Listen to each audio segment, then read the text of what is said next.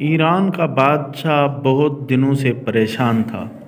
یوں تو ہر طرف خوشحالی کا دور تھا، مگر بادشاہ کی پریشانی کی وجہ اس کی اکلوتی بیٹی شہزادی ثنا تھی۔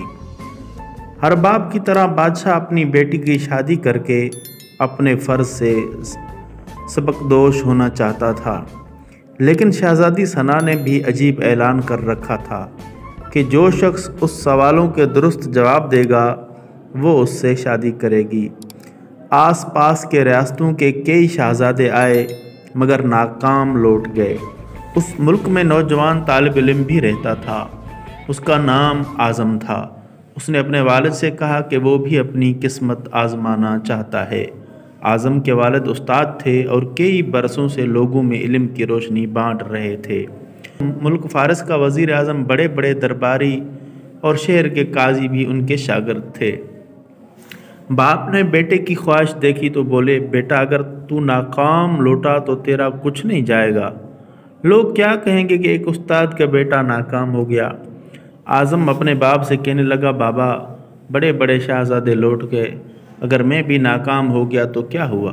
یہ تو مقابلہ ہے، جو بھی جیت لے، شاید وہ خوش نصیب میں ہی ہوں۔ آخر باپ کو بیٹے کی ضد ماننی پڑی۔ اعظم خوشی خوشی محل کی طرف چل پڑا۔ شہر بھر میں یہ خبر جنگل کی آگ کی طرح پھیل گئی کہ ایک عالم کا بیٹا قسمت آزمانے محل میں چلا آیا ہے۔ مقررہ وقت پر محل کے لوگوں سے کھچا کھچ بھرا ہوا تھا۔ بادشاہ تخت پر بیٹھا تھا، ملکہ عالیہ بھی محل میں موجود تھی۔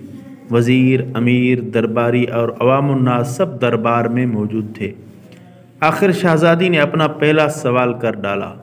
اس نے شہادت کی انگلی فضا میں بلند کی۔ اعظم نے کچھ دیر تک توقف کیا اور پھر شہادت والی انگلی کے ساتھ والی انگلی بھی فضا میں بلند کی۔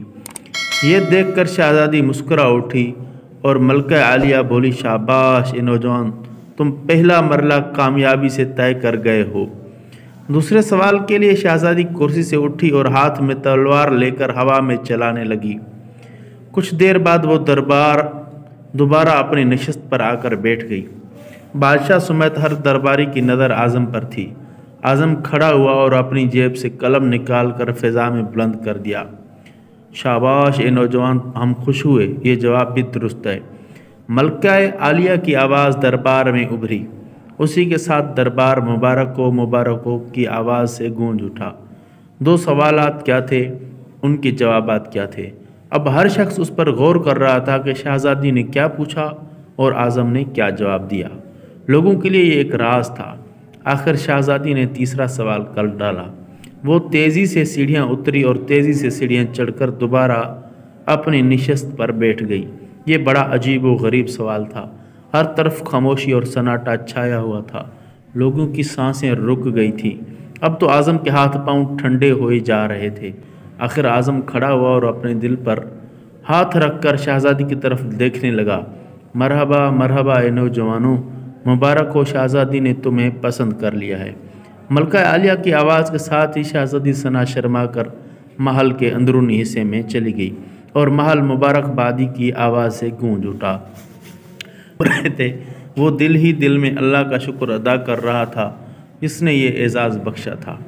بادشاہ نے اعظم سے پوچھا، اے نوجوان، ملکہ عالیہ کو تو نے مطمئن کر دیا، اب یہ بتاؤ کہ تم سے کیا پوچھا گیا تھا اور تم نے کیا جواب دیا؟ اگر تم نے ایک بھی غلط جواب دیا تو تمہاری گردن مار دی جائے گی۔ اعظم پر اعتماد انداز میں کھڑا ہوا اور بولا، بادشاہ سلامت۔ شہزادی نے ایک انگلی کھڑی کر کے پوچھا تھا کہ تم کیا اللہ کو ایک مانتے ہو؟ میں نے دو انگلیاں کھڑی کر کے جواب دیا، اللہ اور اس کے رسول صلی اللہ علیہ وسلم پر میرا ایمان اٹل ہے۔ بہت خوب، ہم خوش ہوئے، بادشاہ نے مسکرا کر کہا۔ اعظم بولا، اس کے بعد شہزادی نے تلوار چلا کر پوچھا تھا کہ اس سے بڑا کوئی ہتھیار ہے؟ میں نے جواب دیا، ہاں، قلم کا وار تلوار کے وار سے زیادہ کارگر ہوتا ہے۔ ماشاءاللہ نوجوان، تم نے ہمارا دل جیت لیا۔ تم نے ثابت کر دیا کہ جاہ و جلال، دولت و حشمت کے علم کے سامنے کوئی حیثیت نہیں۔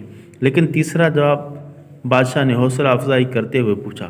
اعظم نے آسمان کی طرف دیکھا اور کہنے لگا، بادشاہ، شہزادی دربار کی سیڑھیاں اتری اور چڑھی کرسی پر تھک کر بیٹھ گئی۔ انہوں نے پوچھا تھا کہ میں تھک چکی ہوں، لیکن میرے جسم کی ایک چیز نہیں تھکی، میں نے جواب دیا، دل یہ پیدائش سے لے کر موت تک بغیر تھک کے دھڑکتا رہتا ہے۔ بادشاہ نے اعظم کو پاس بلا کر گلے سے لگایا اور کہا، اے لوگو، گواہ رہنا، میں نے حقدار کا حق ادا کر دیا ہے۔ میری بیٹی اس شخص کی بیوی بن رہی ہے جس کے پاس علم کی دولت ہے، جسے کوئی نہیں چرا سکتا اور نہ کم کر سکتا ہے۔ بادشاہ نے اسی وقت خوشی خوشی اعظم اور شہزادی ثنا کی شادی طے کر دی۔